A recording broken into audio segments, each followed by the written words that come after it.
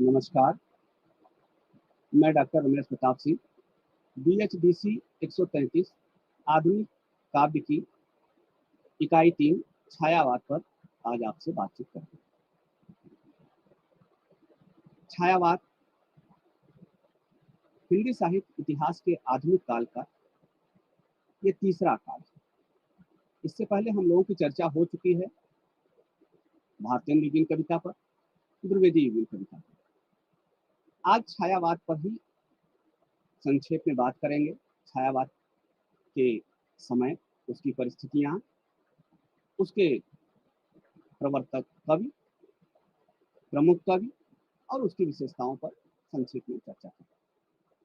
छायावाद का समय 1918 से 1936, लगभग अधिकतर आलोचक छायावाद का यही समय मानते हैं। आचार्य रामचंद्र शुक्ल ने भी छायावाद के समय के संदर्भ में इसी बात को उपयुक्त भी माना है। यद्यपि किसी भी काल का समय किसी सन से निर्धारित करना थोड़ा मुश्किल है। उसका कारण है कि कोई भी काल अचानक शुरू नहीं हो जाता और अचानक समाप्त नहीं होता। यानी रातों रात न तो कोई काल शुरू होता है और ना ही रातों रात कोई काल समाप्त हो जाता है। ऐसा छायावाद के साथ भी था और ऐसा जैसा हमने आपसे बात भी किया था भारतीय युग के संदर्भ में, हमने आपसे कहा था और द्विवेदी युग के संदर्भ में भी कहा था, या इसे समग्रता के साथ भी देखा जा सकता है।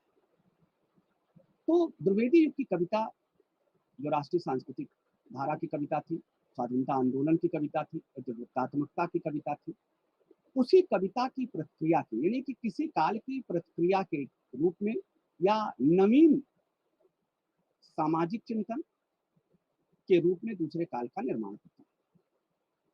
1800 से 3600 जब छायावाद का हम समय मानते हैं तो उसमें बहुत सारी बातें होती हैं जिनका हम आपसे संक्षेप में जिन पर बात करें।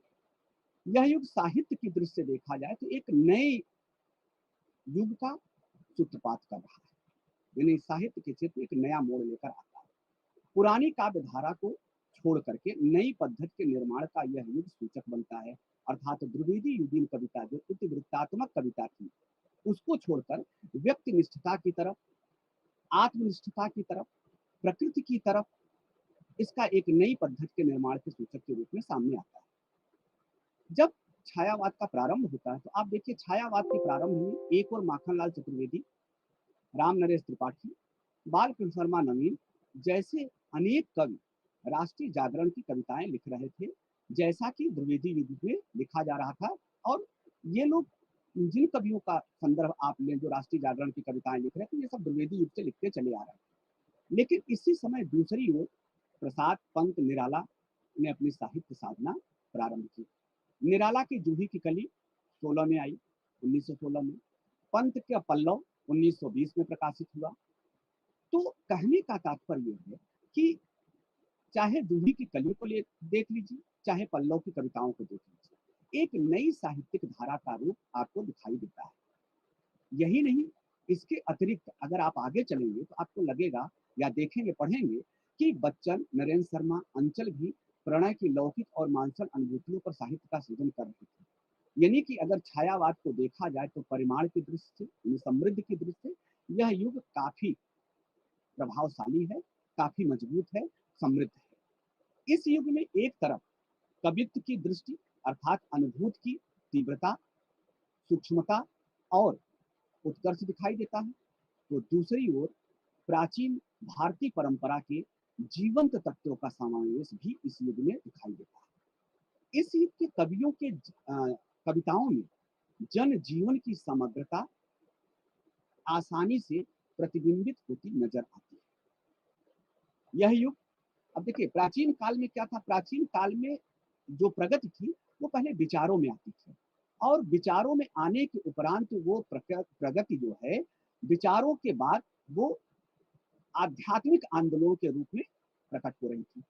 लेकिन छायावाद युग या आधुनिक काल अगर आप देखें तो आधुनिक काल क्योंकि भौतिकता का काल है तो इसलिए पहले भौतिक विकास हुआ और इस भौतिक विकास के बाद और इसे आधार बनाकर आध्यात्मिक विकास की बात की गई।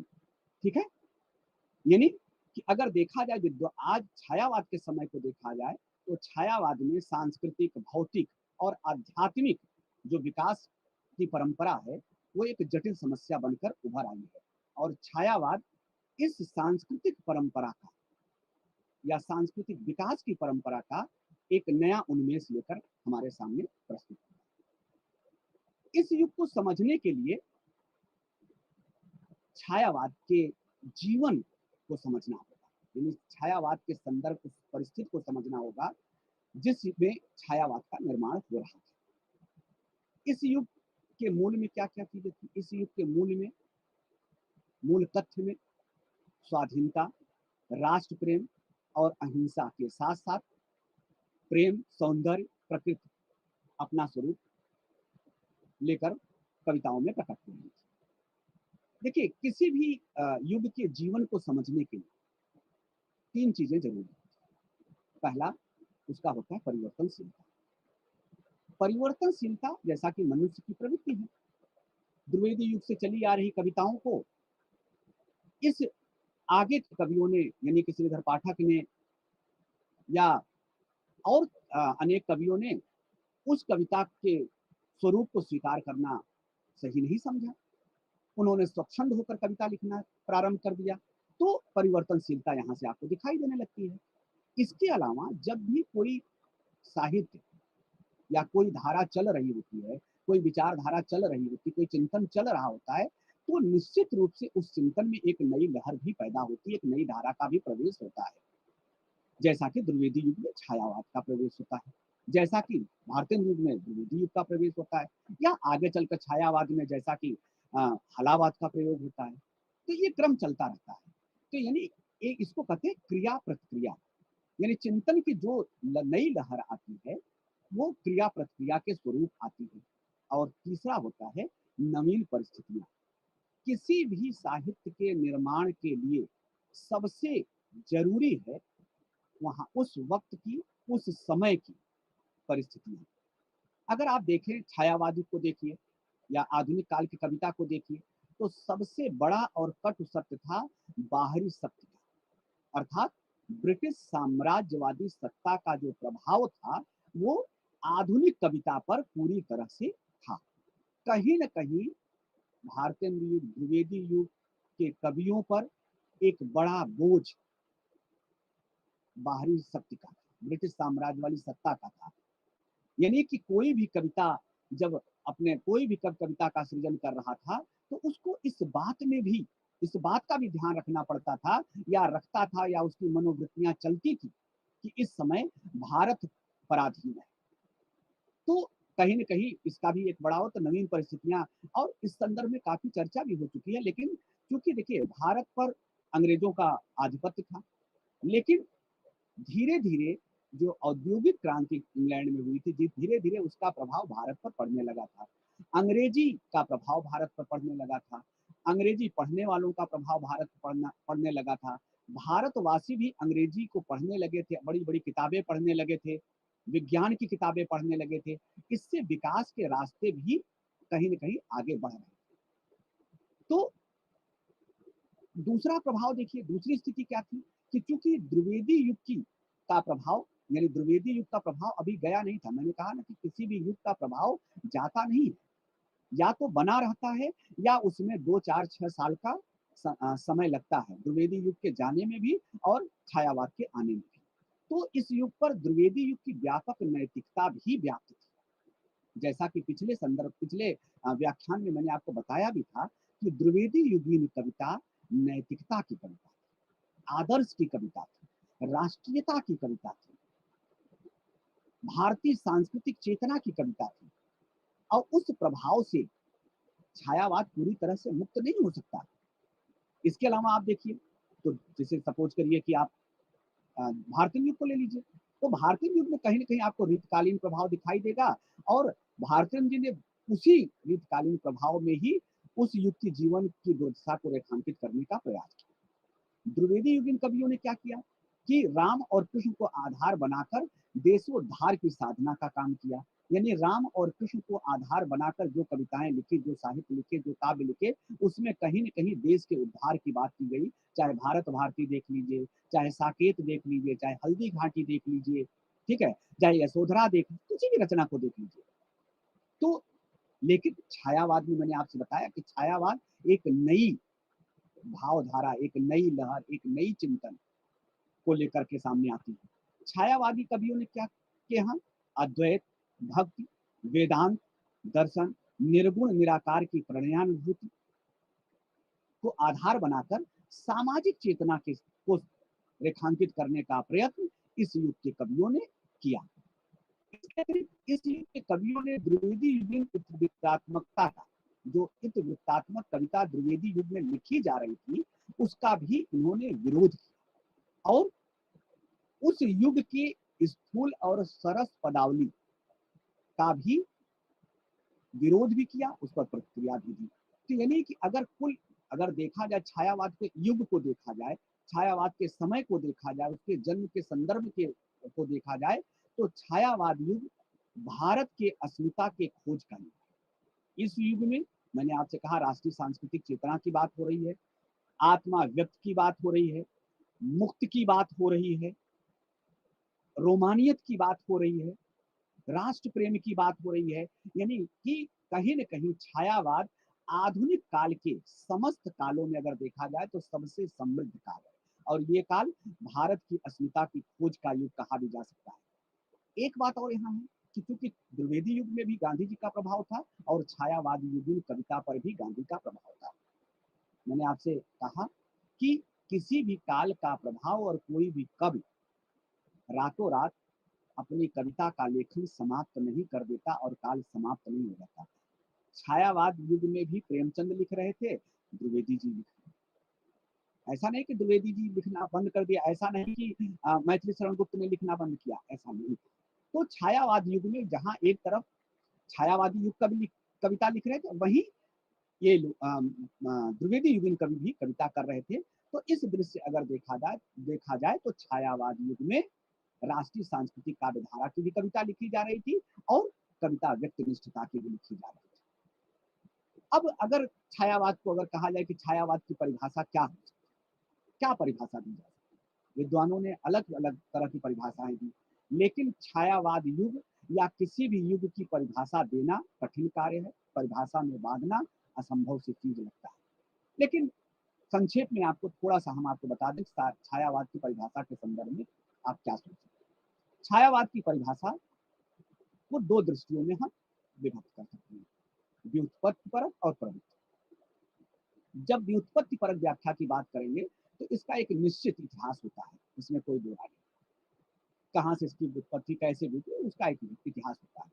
आरंभ में देखिए, छायावाद के आरंभ में छायावाद नाम मात्र खिल्ली उड़ाने के लिए किया गया, अर्थात द्विवेदी युगीन कवियों ने या कुछ कवियों ने और भी जो उस समय कविता लिख रहे थे, जब छायावादी कविता लिखी जाने लगी तो लोगों ने कहा कि ये कविता ठीक वैसे ही है जैसे स्वयं की छाया पड़ रही है। छाया का मतलब छायावाद, छाया पड़ रही है, तो ये खिल्ली उड़ाने के संदर्भ में इसका जिक्र किया गया। लेकिन इस खिल्ली या इस उपहास को उस युग के कवियों ने या आलोचकों ने चुनौतीपूर्ण स्वीकार किया और व्युत्पत्ति परक व्याख्या को प्रवृत्ति परक व्याख्या से जोड़ दिया। इसके अतिरिक्त उस समय की सबसे चर्चित जो पत्रिका है वो सरस्वती, सरस्वती महाविशाल द्विवेदी उसके संपादक थे। द्विवेदी युग पूरा सरस्वती पत्रिका पर, इस पर हमारी आपकी बात भी हो चुकी है कि सरस्वती पत्रिका में कार्टूनों और लेखों के माध्यम से छायावाद की व्याख्या की गई और ये दिखाया गया कि छायावाद का प्रयोग उन्होंने उस कार्टून या लेख में दिखाया कि अस्पष्टता, धूमिलता का बोध करा रहा है। यानी छायावाद नाम जो है अस्पष्टता और धूमिलता का नाम है, उसका बोध करा रहा है, जिसे हम कह रहे हैं कि उपहास के रूप में। तो एक तरफ तो छायावाद के संदर्भ में ये बात कही जाती है, दूसरी तरफ शुक्ल जी ने इसका संबंध ईसाई संतों से जोड़ दिया। उन्होंने कहा कि चूंकि यूरोप में ईसाई संत जो थे, जिनका फैंटा मास जिन्हें कहते हैं, तो ईसाई संतों के छायाभास का परिणाम छायावाद, यानी फैंटामास से जोड़ा।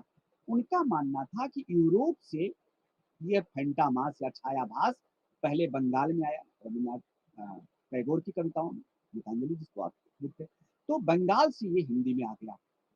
तो रामचंद्र शुक्ल इसकी इस तरह से परिभाषा देते हैं। डॉक्टर नगेंद्र ने इसे स्थूल के प्रति सूक्ष्म का विद्रोह कहा। उन्होंने कहा कि चूंकि द्विवेदी युगीन कविता स्थूलता की कविता थी और छायावाद में जो कविता लिखी जा रही है वो चाहे आत्म केंद्रित हो, चाहे रहस्यानुभूत की कविता हो, चाहे प्रकृति से संबंधित कविता, सूक्ष्मता के को आधार बनाकर लिखा जा रहा है। तो डॉक्टर नगेंद्र ने स्थूल के प्रति सूक्ष्म का विद्रोह ही छायावाद है ऐसा माना, क्योंकि द्विवेदी युगीन कविता को मैंने कहा कि जो छायावादी कवि थे वो स्थूलता का विरोध कर रहे थे, या दूसरे शब्दों में कह लीजिए थोथी नैतिकता, रूढ़िवादिता या सामंती साम्राज्यवादी बंधनों के प्रति जो विद्रोह था वो छायावाद के परिभाषा के रूप में या छायावाद के जन्म के रूप में देखा जाने लगा। तो इसलिए छायावाद का इससे भी जोड़ा गया। दूसरी चीज द्विवेदी, मैंने आपसे कहा द्विवेदी युगीन कविता, द्विवेदी युग में दो प्रकार के कवि थे। एक तो द्विवेदी जी के निर्देशन में या उनके बताए हुए रास्तों पर चलकर कविता लिख रहे थे, और दूसरे कुछ ऐसे कवि थे, जिसमें श्रीधर पाठक का नाम लिया जा सकता है, दूसरे कुछ ऐसे कवि थे जिन्होंने स्वच्छंद होकर कविता लिखना प्रारंभ कर दिया था। द्विवेदी जी के बने बनाए फॉर्मेट को उन्होंने अस्वीकार कर दिया। तो छायावाद में एक प्रश्न ये भी आता है कि छायावाद और स्वच्छंदतावाद का क्या संबंध है। दरअसल रोमांटिसिज्म के स्थान पर हिंदी में स्वच्छंदतावाद आया। रोमांटिसिज्म का जो प्रवर्तन है, जिसे हम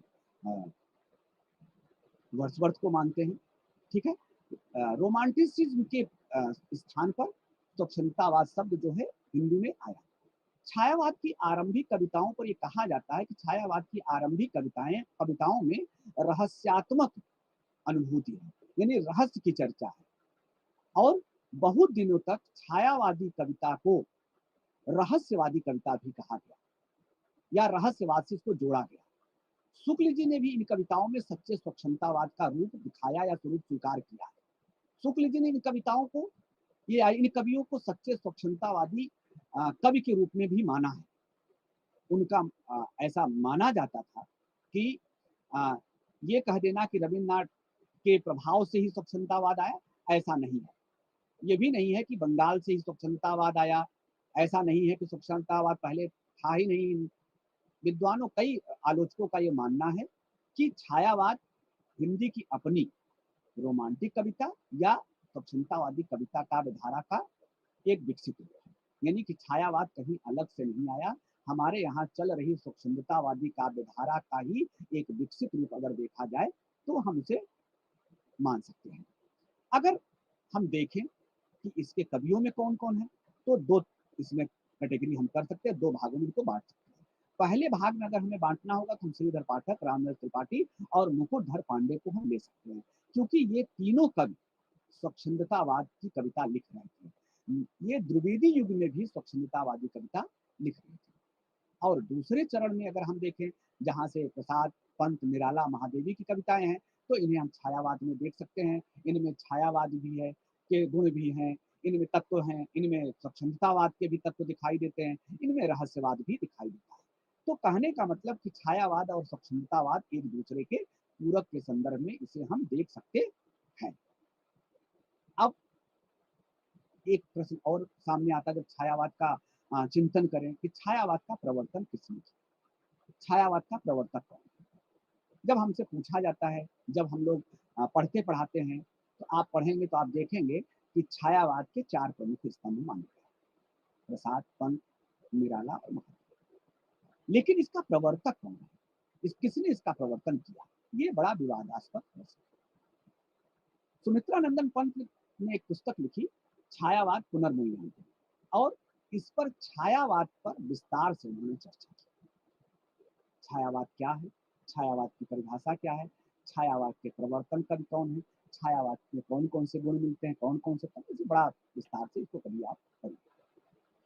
पंत ने भावना की दृष्टि, सम्मान की दृष्टि जिसे कहते हैं कि आदर की दृष्टि से, उनकी सम्मान और आदर की दृष्टि से इस पुस्तक में प्रसाद को छायावाद का प्रवर्तक माना।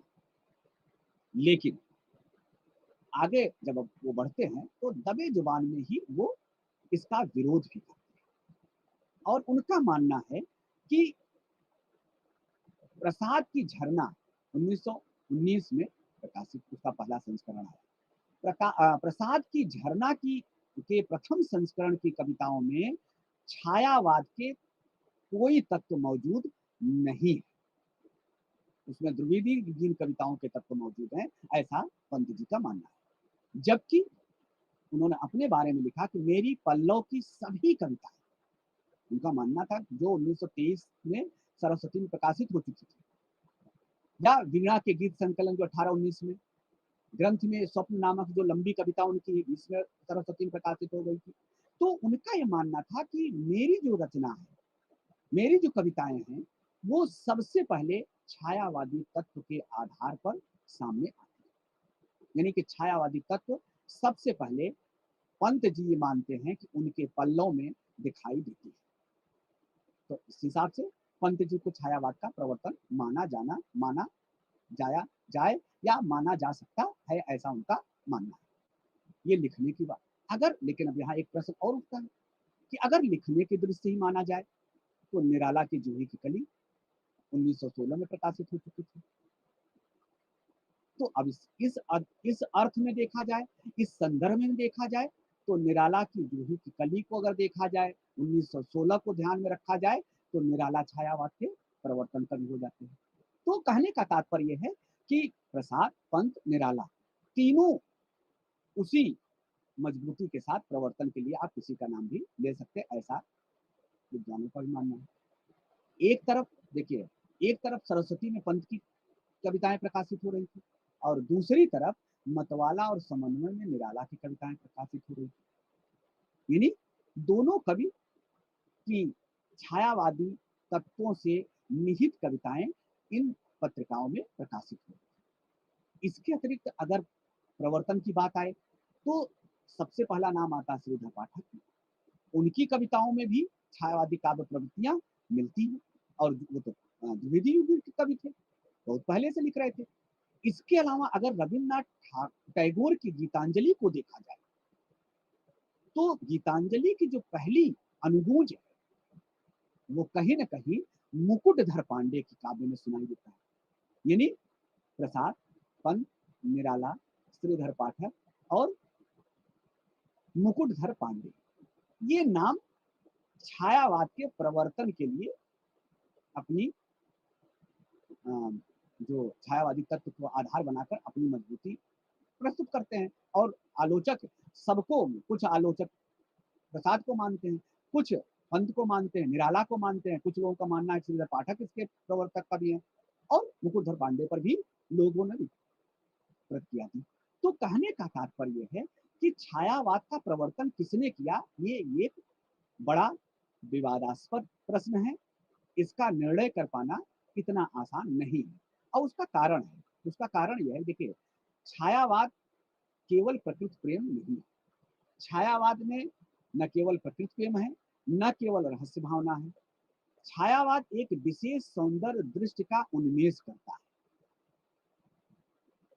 और अगर जो छायावाद के सौंदर्य दृष्टि का जो उन्मेष शब्द मैं आपसे कर रहा हूँ, इसका अगर देखा जाए, यानी छायावादी दृष्टि का आभास देखा जाए, तो सबसे पहले प्रसाद के काव्य में मिलता है। इसलिए ज्यादातर कवियों का ये मानना, आलोचकों का ये मानना है कि छायावाद के प्रवर्तक कवि प्रसाद है। पंत ने भी आगे चलकर एक निष्कर्ष दिया जो काफी उपयुक्त भी है। पंत ने भी ये माना कि किसी एक कवि ने उस धारा का प्रवर्तन नहीं किया। कोई एक कवि ने ऐसा नहीं कि छायावादी काव्य धारा का प्रवर्तन किया, सभी ने इसका अनुगमन किया और इसके विकास में सहायता की। अर्थात कोई एक कवि नहीं है जिसका हम कह सकते हैं कि जिसमें ये गुण, सिर्फ उसी में ये गुण रहे और उसी को हम प्रवर्तन कवि मान लें, ऐसा नहीं है। तो कुल मिलाकर ये पंत की बात ये बिल्कुल तर्क संगत है कि सभी ने इसका अनुगमन किया, इसलिए सभी इसके प्रवर्तक कवि माने जा सकते। छायावाद जिस समय लिखा जा रहा था, उस समय राष्ट्रीय सांस्कृतिक काव्यधारा की कविताएं लिखी जा रही थी। उस समय उसी छायावाद के समय में भी हालावाद लिखा जा रहा था। लेकिन चूंकि हम लोग छायावाद के संदर्भ में बात कर रहे हैं, तो मैं आपको 4 कवियों के का सामान्य सा परिचय दे देना चाहता हूँ। छायावाद के 4 प्रमुख कवि माने जाते हैं, जो आप पढ़ते पढ़ाते रहते हैं। पहले जयशंकर प्रसाद, दूसरे पंत, तीसरे निराला और चौथे नाथ। इन पर संक्षेप में हम आपको बता दे रहे हैं, जिससे आगे प्रवृत्तियों पर चर्चा की जा सके। देखिए, जयशंकर प्रसाद प्रेम और सौंदर्य के कवि माने गए हैं। इनकी प्रमुख रचनाओं में मिलन, कानन कुसुम, प्रेम पथिक, करुणालय, झरना, आंसू, लहर और कामायनी को आप ले सकते हैं। आंसू और कामायनी इनकी दो जो है महत्वपूर्ण कृतियां हैं। कामायनी तो सबसे ज्यादा चर्चित कृति मानी जाती है छायावाद की या आधुनिक काल की। प्रेम पथिक पहले ब्रजभाषा में इन्होंने लिखी थी, लेकिन फिर बाद में खड़ी हुई। छायावादी प्रवृत्तियों के दर्शन जो है प्रसाद के झरना संग्रह से होने लगती है। आंसू भी एक महत्वपूर्ण कृति है प्रसाद की, और यह विरह काव्य है। लेकिन ये विरह काव्य कोई प्रसाद का विरह काव्य नहीं, किसी नायक नायिका का विरह काव्य नहीं। यह विरह काव्य, इस विरह काव्य के माध्यम से प्रसाद जी ने विश्व कल्याण की भावना को आबद्ध करने का प्रयत्न किया। कवि ने अतीत जीवन की अनुभूतियों को स्मृति के माध्यम से एक दर्द भरी अभिव्यक्ति इस कृत के माध्यम से पाठक के सामने प्रस्तुत है। इस कृत की जो भावभूमि है, उसका स्थायी जो स्वरूप है वो विकास, स्थिर नहीं है, विकास। तो आंसू एक उनकी महत्वपूर्ण। दूसरा कामायनी। कामायनी प्रसाद जी की सबसे महत्वपूर्ण कृति है, छायावाद की सबसे महत्वपूर्ण कृति है, और यह एक पौराणिक आख्यान है जिसमें मनु और श्रद्धा के माध्यम से सृष्टि के निर्माण की कल्पना की है। यह मानव सभ्यता की, भारतीय मानव सभ्यता का प्रवर्तन भी करती है, किस प्रकार से मानव का जन्म इस संसार में हुआ। कामायनी में प्रसाद जी ने बुद्धिवाद पर हृदय की प्रतिष्ठा दिखाई, अर्थात बुद्धिवाद पर हृदय जीत जाता है, कहीं ना कहीं आप देखिए। और दूसरी चीज, अनेक समस्याओं के बाद, प्रलय के बाद, अनेक संकटों के बाद भी कामायनी आनंदवाद का प्रतिनिधित्व करती है। यानी प्रसाद कामायनी के माध्यम से आनंदवाद की स्थापना करके नजर आते हैं।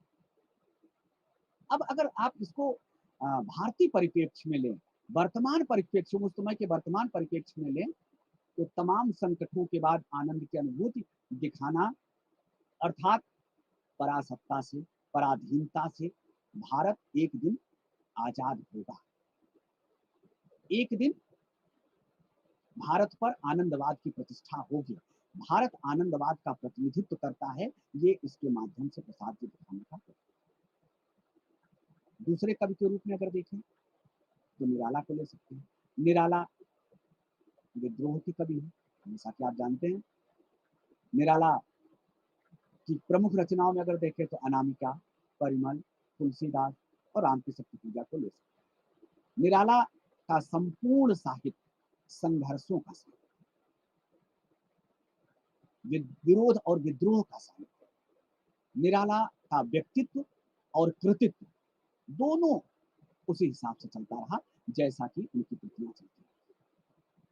निराला पर और निराला के कृतियों पर दर्शन का प्रभाव आसानी से देखा जा सकता है। उनकी कृति तुलसीदास काफी चर्चित है। तुलसीदास में, तुलसीदास के माध्यम से भारतीय परंपरा के गौरवशाली मूल्यों की प्रतिष्ठा करते हुए निराला दिखाई। तो निराला का साहित्य आप देखिए, चाहे आप सरोज स्मृति को देख लीजिए। अब ये जब हम बात करेंगे प्रवृत्तियों की, तो उस संदर्भ में भी निराला की बातों पर बात की जाएगी। तो निराला की का संघर्ष जो है उनकी कृतियों में भी दिखाई देता है। राम की शक्ति पूजा इस युग की कामायनी के बाद दूसरी। राम की शक्ति पूजा में निराला ने धर्म और अधर्म के शाश्वत संघर्ष को जीवंत रूप दिखाया है। धर्म और अधर्म का संघर्ष का चित्रण, या धर्म और अधर्म का जिस प्रकार से धर्म और अधर्म का इस युद्ध चल रहा है भारतीय समाज में, भारत में, होगी जय पुरुषोत्तम नवीन की जब परिकल्पना करते हैं तो ये आशावादी स्वरूप, वो दिखाना चाहते हैं कि भारत की परतंत्रता, गुलामी, बहुत दिनों की गुलामी नहीं है, लेकिन उसके लिए संघर्ष करना, और इसी संघर्ष को आप उनकी इस लंबी कविता में देख सकते हैं। निराला निश्चित रूप से, उनकी भाषा अगर आप देखें तो संस्कृत गर्भित भाषा उनकी है, समाज शैली को उनमें बहुलता है, तो भाषा की दृष्टि से अगर निराला को आप देखेंगे, थोड़ा सा निराला आपको कठिन दिखाई। इसके बाद तीसरे कवि के रूप में ले सकते हैं आप पंत, सुमित्रानंदन पंत। अल्मोड़ा में जिनका जन्म हुआ था, निश्चित रूप से अल्मोड़ा के आगे एक उनका जो जीवन ही प्रकृति के उसमें था, इसलिए प्रकृति के सुकुमार कवि माने जाते हैं। उनकी रचनाओं में उच्छ्वास, ग्रंथ, वीणा, पल्लव महत्वपूर्ण है। पंत ने प्रकृति के माध्यम से आत्मा व्यक्त भी की, प्रेम का स्वरूप भी सामने रखा, और राष्ट्रीयता का या राष्ट्र गौरव का, सांस्कृतिक चेतना का भी स्वरूप उन्होंने इस प्रकृति के मनोरम चित्रों में विद्यमान करके आपके सामने।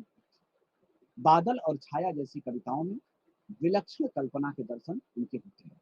कभी आप बादल और छाया पढ़ते देखिए। कवि अगर कहा जाए, कवि पंत को अगर देखा जाए तो एक आदर्श प्रेमी के रूप में वो अपनी कविताओं में दिखाई देते। उनकी कविताओं में प्रकृति प्रेम और आदर्शवादिता आपको स्पष्ट दिखाई देती। और इसके अलावा निराला के प्रारंभिक कविताओं को छोड़ दे तो बाद की कविताओं में निराला में पंत में प्रगतिशीलता की भी चेतना दिखाई देती। भाषा के प्रति भी निराला पंत आपको जागरूक देती है। उनकी भाषा में लाक्षणिकता, विपर्णय, विपर्य, विरोध, चमत्कार, मानवीकरण, प्रतीक विधान, ये उनकी शैलियों की विशेषता है। तो पंत की कविताओं में पंत जहां एक तरफ प्रकृति के कवि हैं, वहीं दूसरी तरफ प्रगतिशील चेतना के भी कवि पंत हैं। चौथे कवि के रूप में अगर देखा जाए तो महादेवी वर्मा का नाम लिया जा सकता है। महादेवी वर्मा, जिन्हें आधुनिक मीरा भी कहा जाता है, विरह वेदना की कवियत्री हैं वो। उनकी प्रमुख रचनाओं में निहार, रश्मि, नीरजा, सांदगी, यामा प्रमुख है। महादेवी के काव्य में विस्मय, जिज्ञासा, व्यथा और आध्यात्मिकता के भाव प्रारंभ से ही दिखाई देते हैं।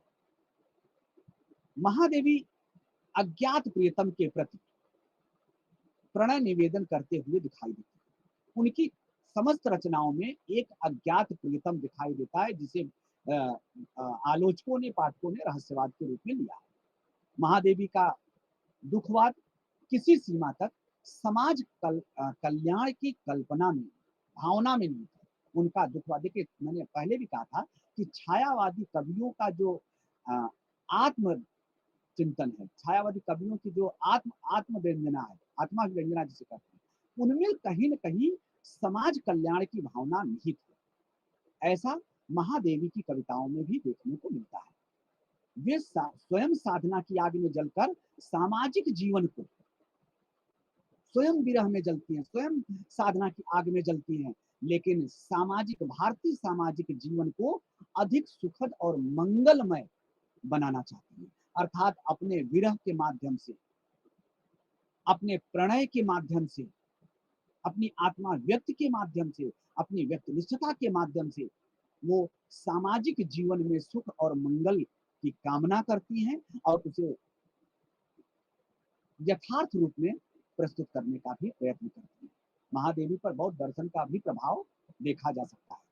महादेवी की अनुभूतियां व्यक्ति परक तो है ही है। निश्चित रूप से कहा जाता है कि महादेवी, मैं नीर भरी दुखी बदरी की जब वो बात करती, महादेवी व्यक्तिनिष्ठता की कविता है, स्वयं के विरह की बात करती है, स्वयं के जीवन की।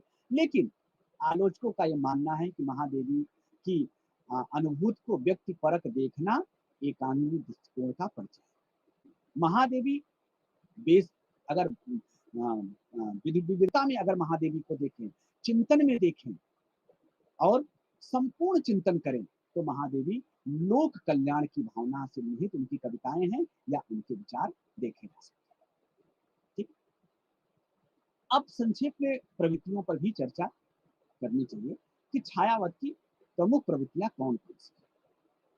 देखिए, अगर आप छायावाद को पढ़िए, चिंतन करिए, तो लंबा विचार विमर्श अगर करने के बाद अगर देखिए तो छायावाद न रहस्यवाद है, न केवल शैली है और ना ही स्थूल के प्रति सूक्ष्म का विद्रोह। छायावाद को एक सीमा में बांधना, एक फ्रेम में बांधना, एक ये कह देना कि छायावाद की कविताएं रहस्यवाद की कविताएं हैं, छायावाद में शैली की ही विशेषता है या स्थूल के प्रति, ऐसा आलोचकों का मानना है कि छायावाद को पढ़ने के जानने के लिए छायावाद पर लंबा विचार विमर्श करना पड़ेगा, लंबा चिंतन करना पड़ेगा। छायावाद कुछ प्रवृत्तियों में सीमित नहीं है।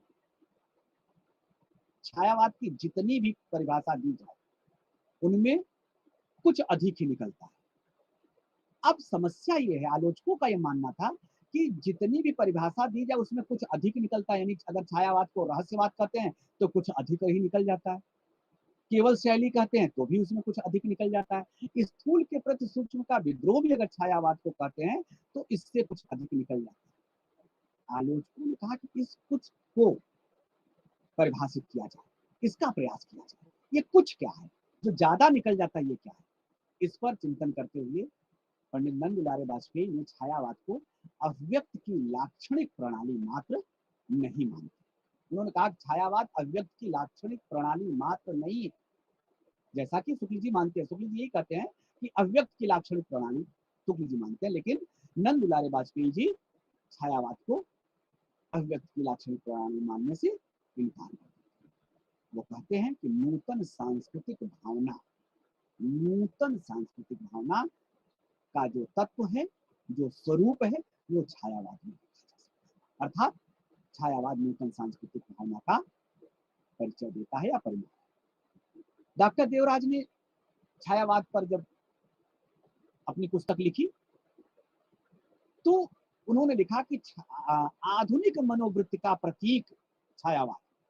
डॉक्टर देवराज ने आधुनिक मनोवृत्ति का प्रतीक, यानी कि जो आधुनिक मानव है उसकी मनोवृत्तियों का प्रतीक ही छायावाद। ठीक है, पंत जी जब छायावाद पे बात करते हैं तो बार बार कहते हैं कि छायावाद मूल्य केंद्रित का। अब देखिए, एक विशेषता में छायावाद को, एक परिभाषा में छायावाद को नहीं माना। चार उदाहरण हमने आपको दे दिया। दरअसल मूल्य केंद्रितता जो है, ऐसा माना जाता है ज्यादातर आलोचकों का कि छायावाद की विशेषताओं का जो केंद्रीय विशेषता, छायावाद की विशेषताओं की जो केंद्रीय वो विशेषता मूल्य केंद्रित। अब ये मूल्य केंद्रितता है क्या, इसको समझने की आवश्यकता है।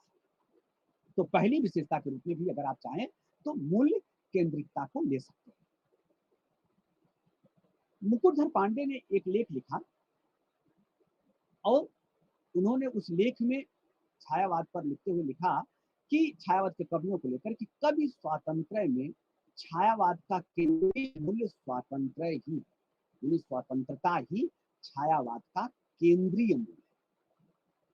अब स्वतंत्रता किससे? परंपरा से, रूढ़ियों से, भाषा से, शैली से, ठीक है, परतंत्रता से, किसी से भी। इस स्वतंत्रता को राष्ट्रीय स्वतंत्रता से जोड़कर देखा जाना चाहिए और देखा जाता भी। पंत का मानना है, या पंत कहते हैं अपने छायावाद पुनर्मूल्यांकन में, कि छायावादी काव्य अपने ऐतिहासिक संदर्भ और राष्ट्रीय परिवेश के अनुकूल, ठीक है, छायावाद काव्य अपने ऐतिहासिक संदर्भ और राष्ट्रीय परिवेश के अनुरूप स्वतंत्रता एवं मुक्त की आकांक्षा का की अभिव्यक्त करता है। यानी छायावाद जो है वो स्वतंत्रता एवं मुक्त की आकांक्षा की बात करता है। निराला का प्रसिद्ध गीत है ये, वीणा वादनी वरदे, का जो आगे है, प्रिय स्वतंत्र रव और बादल राग शीर्षक कविता श्रृंखला में विप्लवी यानी निर्बंध बादल का जो प्रतीक है वो इसी मुक्त का उदाहरण है या इसी मुक्त की बात है। प्रिय स्वतंत्र रव या निर्बंध बादल, ये इसी स्वतंत्रता या इसी मुक्त की बात निराला यहाँ कर रहे हैं। इसके अलावा निराला आगे फिर लिखते हैं कि उनकी एक प्रसिद्ध कविता है, खुल गए छंद के बंद पास के रजत पास, खुल गए छंद के बंद पास के रजत पास। यहाँ निराला छंद शास्त्र से मुक्ति की पूछा। शायद आप लोग ने पढ़ा होगा कि निराला मुक्त छंद के प्रवर्तक है, अग्रणी कवि। तो यहाँ पर वो छंद शास्त्र के लिए। इसके अलावा अगर आप देखिए, झरे जाति कुल वर्ण पर्ण धन अंध नीड़ से रूढ़ रत छन। अब ये देखिए, ये सामाजिक रूढ़ियों से मुक्त की बात कर रहा है। झरे जाति कुल वर्ण पर्ण धन अंध नीड़ से रूढ़ रति छन, सामाजिक रूढ़ियों से मुक्त की बात करता हुआ। इसी तरह पंत की पल्लव की भूमिका में पंत ने इसी मुक्त की कामना या इसी स्वतंत्रता की अभिव्यक्ति की बात की है। पल्लव की भूमिका को इसीलिए क्योंकि पंत ने स्वतंत्रता की बात की है। पंत ने माना है कि अभिव्यक्ति की स्वतंत्रता, शैली की स्वतंत्रता, भाषा की स्वतंत्रता, और इसीलिए पल्लव की भूमिका को स्वच्छंदतावादी काव्य दृश्य से इसे प्रथम घोषणा पत्र के रूप में देखा जाता है। यानी अगर देखिए तो ये जो मुक्त की बात हो रही है, ठीक है, यही मुक्ति जो है, यही इसकी सबसे बड़ी विशेषता है, यही स्वतंत्रता इसकी सबसे बड़ी। दूसरी विशेषता कहा जाता है और इसकी सबसे बड़ी विशेषता है व्यक्तिगतता। सबसे बड़ी, इस युग के कवियों ने व्यक्तिगत जीवन को भी आत्मसात किया, लेकिन व्यक्तिगत जीवन के साथ सामाजिक जीवन को भी सामने रखा। तो आलोचकों ने छायावाद को व्यक्तिवाद की कविता भी कहा है, लेकिन इस युग के कवियों का यह मानना है कि उनकी कविता व्यक्तिवाद मात्र व्यक्ति केंद्रित नहीं है, बल्कि व्यक्ति की मानसिक और सामाजिक स्वतंत्रता की अभिव्यक्ति की बात है। यानी कि सिर्फ एक व्यक्ति की बात नहीं है, सिर्फ कवि के व्यक्ति की बात नहीं है। पंत जी का मानना है कि छायावादी काव्य व्यक्तिनिष्ठ न होकर मूल्यनिष्ठ रहा। बड़ी बात कर रहे हैं पंत जी कि छायावादी काव्य व्यक्तिनिष्ठ मूल्य, क्यों? कि व्यक्ति का मूल्य का प्रतिनिधित्व कर रहा है, यानी व्यक्ति मूल्य का प्रतिनिधित्व कर रहा है। कवि व्यक्तिता के साथ मूल्य का प्रतिनिधित्व करता हुआ नजर आता है। व्यक्तिता की सही समझ नए मूल्य बोध में ही संभव हो सकती है, ऐसा भी छायावादी कवियों ने माना, क्योंकि जो व्यक्तिता की मांग है यही स्वतंत्रता के रूप में सामने आती है। यानी व्यक्ति स्वयं अगर स्वतंत्र होगा तभी समाज की स्वतंत्रता की, तभी राष्ट्र की स्वतंत्रता की बात कर सकेगा। छायावाद इसी अर्थ में विद्रोह का भी काव्य कहा जाता है, क्योंकि वो स्वतंत्रता की बात, व्यक्ति स्वतंत्रता की बात, सबसे पहले वो व्यक्ति स्वतंत्रता की बात करता हुआ नजर। ठीक है, तो छायावाद को देखिए यह, और दूसरी चीज देखिए, छायावाद जो है युग नई वैयक्तिक चेतना के उदय का काल भी था। इस समय आत्मकथात्मक कविताएं लिखी जा रही थी, यानी कि स्वयं, मैंने कहा ना कि द्विवेदी युगीन कविता में आत्मकथात्मकता के लिए कोई स्थान नहीं था। छायावादी कवियों ने कहा कि नहीं, आत्मकथात्मकता का योगदान, जब तक कविताओं में योगदान नहीं होगा तब तक समाज में हम कुछ नया योगदान नहीं दे सकते। यानी आत्मकथात्मक कविताओं के आधार पर, जैसे आत्मकथा शीर्षक से प्रसाद जी ने एक संग्रह कविता लिखी और बहुत चर्चित है। निराला की सरोज स्मृति और वनबेला भी आत्मकथात्मक थी। सरोज स्मृति उनकी खुद पीड़ा थी, उनकी बेटी की पीड़ा थी, लेकिन उस आत्मकथा के माध्यम से इतना सुंदर साहित्य, इतना सुंदर काव्य समाज के सामने आया। तो अपने जीवन के मार्मिक प्रसंगों का उल्लेख करते हुए निराला ने सरोज स्मृति या वनबेला के माध्यम से समाज के दर्द को भी पाठकों के सामने रखा। इस दृष्टि से अगर महादेवी को देखा जाए तो महादेवी की समूची गीत सृष्टि मैं नीर भरी दुखी बदली का व्याख्यान ही नजर आती है।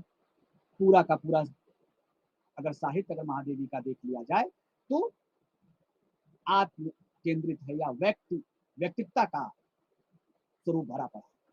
तो अगर इस दृष्टि से देखा जाए तो छायावादी कवियों की कविताओं में आत्म प्रसार की प्रेरणा निश्चित रूप से मिलती है। प्रसाद के प्रेम पथिक का जो प्रेम है उसका जो लक्ष्य है वो अपरिमित है।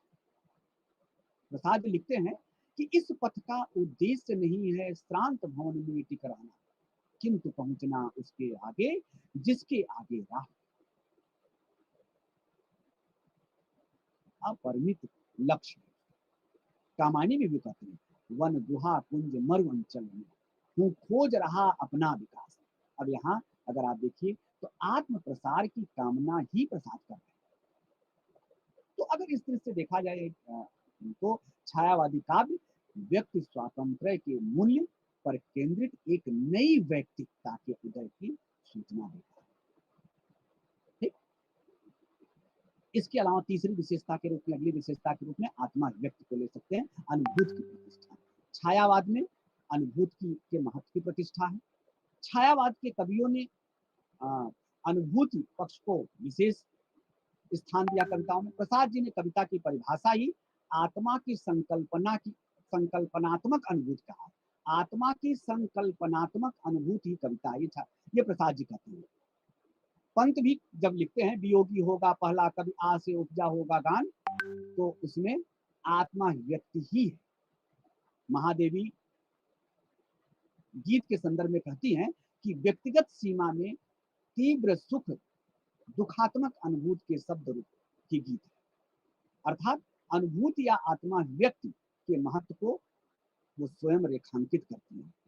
पंत ने छाया की अनेक उपमाओं में एक उपमा को भावुकता माना है। यानी आत्मा व्यक्ति की जब बात करें, भावुकता की बात कर रहे हैं, तो छायावादी कवियों ने कभी कभी इस आत्मा व्यक्ति की अभिव्यंजना करने में कभी कभी पूरी भावुकता को भी ग्रहण कर लिया है। यानी कुछ अतिशयोक्तपूर्ण भावुकता भी छायावादी कविताओं में दिखाई।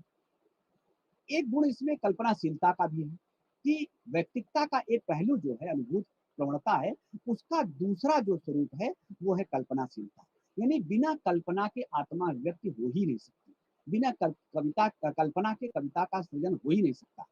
तो निर्विवाद रूप से अगर देखा जाए तो छायावाद में कल्पना की अभूतपूर्व उड़ान देखने को आपको मिलेगी। निराला ने कविता को कल्पना की कानन रानी कहा। पंत ने पल्लव की कविताओं को कल्पना के ये पल्लव बाल कहा। और पंत ने कल्पना को महत्व देते हुए लिखते हैं वो कि कोई भी गंभीर, व्यापक तथा महत्वपूर्ण अनुभूति काल्पनिक होती, यानी बिना कल्पना के कोई गंभीर और व्यापक महत्वपूर्ण अनुभूति हो ही नहीं सकती। तो कल्पना इस युग के कवियों की मानसिक स्वतंत्रता का प्रतीक। कल्पना का अतिरेक मैंने कहा कि इस युग के कवियों ने किया है, और इसीलिए आलोचकों ने माना कि वायवी दुनिया में चले गए आप, यानी कि आभासी दुनिया या काल्पनिक दुनिया में ये कवि चले गए। इस युग की या इस छायावाद की सबसे जो एक और बड़ी विशेषता है वो वेदना की कवियत सभी कवियों में देखने को मिलती है। वेदना, उच्छ्वास, दर्द, आंसू इस युग की विशेषता है, क्योंकि व्यक्तित्वता की जो परिणति है वो वेदना में ही होती है। आंसू प्रसाद जी का संग्रह भी आप देख लीजिए, कविता भी है। पंत ने भी कविता आंसू पर लिखी है, और महादेवी का पूरा साहित्य ही आंसुओं से गीला पड़ा है। पंत की दृष्टि में वो कहते हैं, उमड़ कर आंखों से चुपचाप बही होगी कविता, यानी दर्द वेदना आंखों से आंसू के माध्यम से बनी होगी। प्रसाद ने भी घनीभूत पीड़ा में, जब कहते हैं घनीभूत पीड़ा जब है तो दुर्दिन में आंसू बनकर चुपचाप बरसने आई, यानी अर्थात वेदना की अनुभूति आंसुओं के माध्यम से हुई। महादेवी भी कहती है, वेदना में जन्म करुणा में मिला आभास। ये संपूर्ण साहित्य उनका वेदना में तो उनका जन्म ही हुआ। महादेवी कहती मेरा जन्म ही वेदना में हुआ और करुणा में ही मैं रहती हूँ। आवाज जो उनका है, ठिकाना जो उनका है वो करुणा में ही। निराला विद्रोही थी, लेकिन वेदना से अछूते नहीं। वे लिखते हैं दुख ही जीवन की कथा है। तो आप देखिए कि इस युग के समस्त कवियों में वेदना है। छायावादी कवियों पर वेदनावादी या वेदना विलासी होने का आरोप भी लगा, ठीक है, वेदना मतलब की पीड़ा, अतिरिक्त पीड़ा के अनुभूत संवेदना, ये सारी चीजें लाए। जैसे वेदना के ही सुरेल हाथ से बना यह विश्व, किंतु छायावाद की कवि इस बात को स्वीकार करते कि वेदना। लेकिन एक चीज और यहाँ देखिएगा कि छायावाद का जो प्रारंभ हुआ वही अंत नहीं हुआ। इन कवियों को जो प्रारंभ था वही अंत नहीं है। धीरे धीरे इनकी वेदना, इनकी पीड़ा, इनके आंसू कम होने लगते हैं। अगर आप छायावाद का 30 के आसपास की कविताओं को देखें या अंतिम समय की कविताओं को देखें तो उसमें वेदना कम होने लगती है, अर्थात दुखवाद का स्थान आनंदवाद ले लेता है। जैसा कि कामायनी में आप देख सकते हैं आनंदवाद की प्रतिष्ठा की बात। गुंजन में सुख दुख के समन्वय की बात पंत जी करते हैं। वो लिखते हैं दुख सुख के मधुर मिलन से यह जीवन हो परिपूर्ण। इसी तरह यामा के अंतिम याम तक पहुंचते पहुंचते महादेवी की नीरजा के आंसू टूट जाते हैं। और निराला की राम की शक्ति पूजा में निराला अंत में कहते हैं होगी जय हे पुरुषोत्तम। तो ये आत्मविश्वास है। छायावाद के आरंभ से अंत तक दुख सुख का समन्वय देखा जा सकता है। इसके अतिरिक्त प्रेमानुभूत इस युग के कवियों में आधुनिक काल में छायावाद सबसे सशक्त काल है। इस काल के कविता में अधिकतर प्रेम गीतात्मक साहित्य ही रचे गए और प्रेम को सर्वोपरि माना गया है। द्विवेदी युग की नैतिकता या शुद्धतावादी काव्य की तुलना में छायावाद में प्रेम की प्रधानता है, इसमें कोई दो राय नहीं। प्रेम की प्रधानता हर युग में रहती है, ऐसा नहीं कि छायावाद में है। छायावाद का प्रेम अशरीरी है, रीत काल का भोगवादी था, या भोगवादी प्रेम के आधार पर देखा जाए तो छायावाद का प्रेम आदर्शवादी प्रेम के रूप में देखने को मिल जाता है। लेकिन हाँ, ये जरूर है कि छायावाद में जिस तरह से प्रेम का निर्माण हुआ, ऐसा प्रेम का परिचय आपको किसी काल में देखने को नहीं। छायावाद में एक नई अनुभूति है, नए रूप में प्रेम को प्रस्तुत किया गया है और इस युग के कवियों के प्रेम में एक गंभीर जीवन दर्शन भी देखने को मिलता है। प्रेम के साथ साथ सौंदर्य बोध भी छायावाद में एक नए मूल्य में जो सबसे अधिक जगह बनाई वो है सौंदर्य बोध। सौंदर्य बोध इस युग की सबसे प्रमुख विशेषता है, क्योंकि हम कहें ना प्रसाद सौंदर्य बोध के कवि हैं, पंत सौंदर्य बोध के कवि हैं, तो सौंदर्य बोध इस युग में ज्यादा है। इस युग के कवियों में अखिल विश्व से सौंदर्य की चेतना देखने को मिलती है, एक से नहीं। ये कवि जीवन को सुंदर बनाने के अभिलाषी हैं। सत्यम शिवम सुंदरम में इन्होंने सुंदरम पर विशेष ध्यान दिया। प्रकृति सौंदर्य से चलकर ये मानव सौंदर्य की बात करते हैं। पंत लिखते हैं सुंदर है विहग सुमन सुंदर, मानो तुम सबसे सुंदर। अर्थात कि सब कुछ सुंदर है लेकिन मानव से सुंदर कोई, अर्थात मानव की सुंदरता की बात पंत जी की। इस युग की सौंदर्य दृष्टि निश्चित रूप से विशिष्ट है। एक और सौंदर्य यानी कनक सौंदर्य के रूप में देखिए कनक किरण के अंतराल में लुक छिप कर चलता है, दिखाई पड़ता है। तो दूसरी ओर अगर आप देखिए तो चेतना का उज्जवल वरदान भी ये सौंदर्य प्रतीत होता है। छायावादी कवियों ने सौंदर्य को उदात्तता, भव्यता, दिव्यता आदि गुणों से विभूषित करके इस युग के काव्य को एक नए मूल्य के रूप में प्रतिष्ठित करने का काम किया है। इस दृश्य से अगर देखा जाए तो छायावादी काव्य विशिष्टता की श्रेणी है। हिंदी काव्य परंपरा में अब छायावाद को अगर देखा जाए तो छायावाद में अगर जो पंत को ले लीजिए या प्रसाद को ले लीजिए, निराला को ले लीजिए, मतलब सभी को ले लीजिए, तो इस युग की एक और बड़ी विशेषता है और वो है प्रकृति चित्र। पंत ने प्रकृति की ओर वापसी की। यद्यपि हिंदी काव्य परंपरा में या साहित्य में प्रकृति की भूमिका जब से सृष्टि का निर्माण हुआ या जब से साहित्य का निर्माण है, लेकिन प्रकृति ने जो स्थान छायावाद में पाया वो स्थान इससे पूर्ववर्ती कालों में कभी नहीं, चाहे वो भक्ति काल हो, चाहे रीत काल हो और चाहे आदिकाल। भक्तकालीन कवियों ने प्रकृति का वर्णन किया निश्चित रूप से, लेकिन भगवान की लीला भूमि के आधार। रीतकालीन कवियों ने प्रकृति का उद्दीपन किया, उद्दीपन के रूप में और श्रृंगारिकता के रूप में किया। स्वच्छंदतावाद के कवियों ने भी प्रकृति की ओर उन्मुक्तता दिखाई, लेकिन वर्णन विशिष्ट नहीं करता, साधारण नहीं। लेकिन छायावादी कवियों ने ऊषा, संध्या, रात्रि, चांदनी जैसे चिरपरिचित रूपों को भी नई अंतर्दृष्टि से देखा और उसका चित्रण किया। जैसा कि इन्हीं सामान्य प्रतीकों का प्रयोग पहले इस रूप में देखने को मिला। पंत की प्रथम रश्मि और चांदनी, निराला की सांझ सुंदरी, प्रसाद की मंदिर माधवी यामिनी जैसी कविताएं शायद छायावाद से पहले ऐसी कविताएं आपको कभी भी देखने को नहीं मिलेंगी। एक दुर्लभ प्रकृति चित्रण को लेकर एक दुर्लभ कविताएं हैं। कामायनी इस युग की श्रेष्ठ कृति है। प्रलय की घटना है, पौराणिक घटना है, लेकिन कामायनी में चित्रित प्रलयकालीन समुद्र के विराट जब दृश्य का चित्रण प्रसाद करते हैं तो अद्भुत चित्रण है वो, और ऐसा हिंदी के किसी भी काल में नहीं हुआ। इसीलिए ये प्रकृति चित्रण की दृष्टि से भी एक अमूल्य निधि कामायनी को मानते हैं। छायावादी कवियों के यहाँ प्रकृति वर्णन के आधार पर ही पलायन का भी आरोप लगा, क्योंकि जब प्रसाद जी करते हैं ले चल मुझे भुलावा देकर मेरे नाविक धीरे धीरे, तो ऐसा लगता है कि जैसे ये पलायन की बात करें, लेकिन ये एक ऐसा नहीं, ये अनुचित है।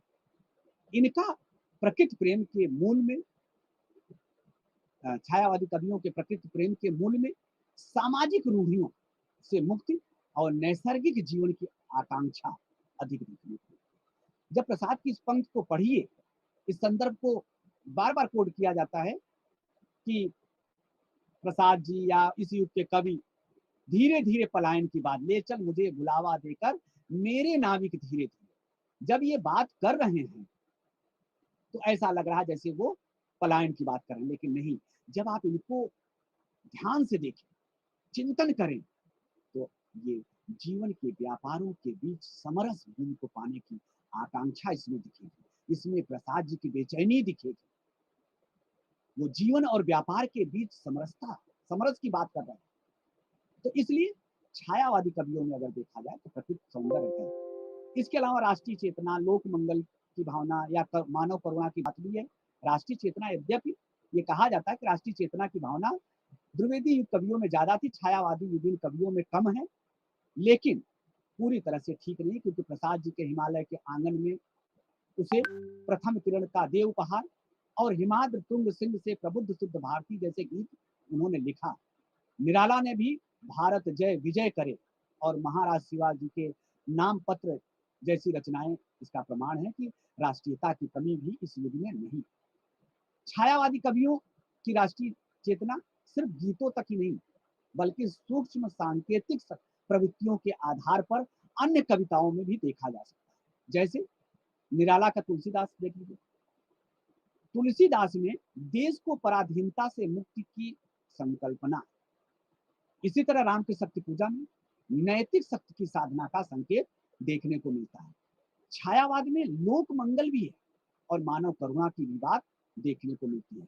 छायावादी कवियों ने मानव करुणा के रूप में जो व्याप्त विषमताएं हैं उनका भी उल्लेख किया है। ये जरूर है कि राष्ट्रीयता की मात्रा थोड़ी कम है, लेकिन ऐसा नहीं है कि राष्ट्रीय अभिव्यक्ति इस युग में नहीं है। निराला के साहित्य में लोक मंगल, मानव करुणा की अभिव्यक्ति सबसे अधिक दिखाई देती है। जैसे भिक्षुक, बादल रात, विधवा जैसे उनके काव्य संग्रह या कविताएं इसका उदाहरण। तो छायावादी कविता जीवन विमुख नहीं, जीवनोन्मुखी है। इसके अलावा विश्व मानवतावाद में भी राष्ट्रीय चेतना है।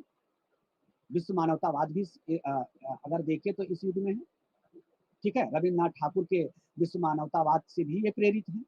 पंत जी छायावाद में विश्व दृष्टि का अंकन करते हैं, वो मानते हैं कि यही उसकी आधुनिकता है। कामायनी में अखिल मानव भावों की अभिव्यक्ति हुई है। निराला की सम्राट अष्टम एडवर्ड को पर लिखी गई कविता विश्व मानवतावाद का स्वरूप है। इसी तरह से सांस्कृतिक गरिमा भी इसमें है का प्रयोग किया गया है। भाषा की दृष्टि से देखा जाए, भाव व्यंजना की दृष्टि से देखा जाए तो यह युग अव्यंजना की दृष्टि से सबसे कौशल युग था। इस युग में केंद्रीय जो स्वतंत्र है का पहला साधन था वो अज्ञे ने छायावाद के कवियों के सम्मुख पहला प्रश्न काव्य के अनुकूल भाषा का नई संवेदना के नए मुहावरे का ही था, ऐसा उनका मानना है। इस युग के कवियों में को शब्द और अर्थ के सामंजस्य, इस युग के कवियों ने जादू भरने का काम किया। प्रतीक, शब्द प्रतीक के रूप में काम कर रहे हैं। इसी तरह से बिंब विधान को आप देख लीजिए, बिंब विधान का भी एक आश्रय इन कवियों ने लिया, जिसे पंत जी ने चित्र भाषा कहा। तो बिंबों में मौलिकता और सजगता है, और प्रगीतात्मकता है, संगीतात्मकता है, छंदों में मुक्त छंद की बात इसमें होती है, और निराला इसके प्रमुख कवियों के रूप में माने जाते हैं। तो इस प्रकार से अगर देखा जाए तो छायावाद का युग भारत की अस्मिता की खोज का युग है। छायावाद के जन्म से लेकर उसके अंत तक की जो भी संक्षेप में हम लोगों ने चर्चा की, उस चर्चा को हम लोग यहीं पर विराम देते हैं। उम्मीद है कि आप लोगों को इस पर थोड़ी मदद मिले।